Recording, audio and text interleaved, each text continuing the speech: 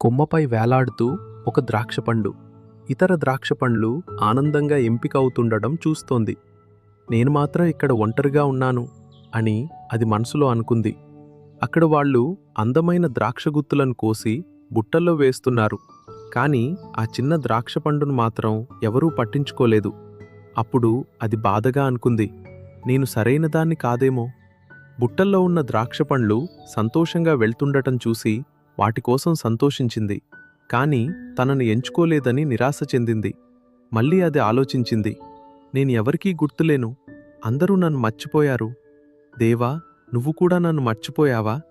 అప్పుడే అది వేలాడుతున్న తీగ తెగిపోయి ద్రాక్షపండు నేలపై పడిపోయింది. నొప్పితో అదనుకుంది, తిరస్కరించబడిన వాళ్ళ జీవితం ఇలానే అయిపోతుందేమో. ఒక మనిషి దాన్ని ఎత్తుకున్నాడు, కాని ప్రేమతో కాదు, మళ్లీ పారేయడానికి మాత్రమే.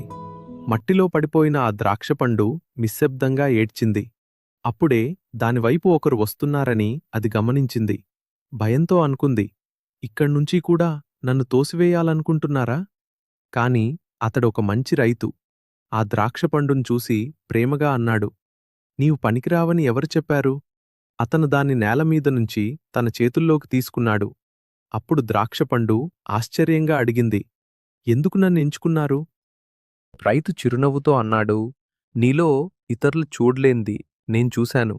అతను దాన్ని తీసుకుని మట్టిలో నాటుతూ అన్నాడు, నేను నిన్ను సమాధి చేయటం లేదు, నిన్ను నాటుతున్నాను. కొన్ని రోజులు గడిచాయి. వర్షం పడింది. సూర్యుడు వెలిగాడు. మట్టిలో పడిపోయిన అదే ద్రాక్షపండు ఇప్పుడు మొలకెత్తి బలమైన వల్లి అయింది. తీయని పండ్లతో నిండిపోయింది. అందరికీ తన ఫలాలను పంచింది.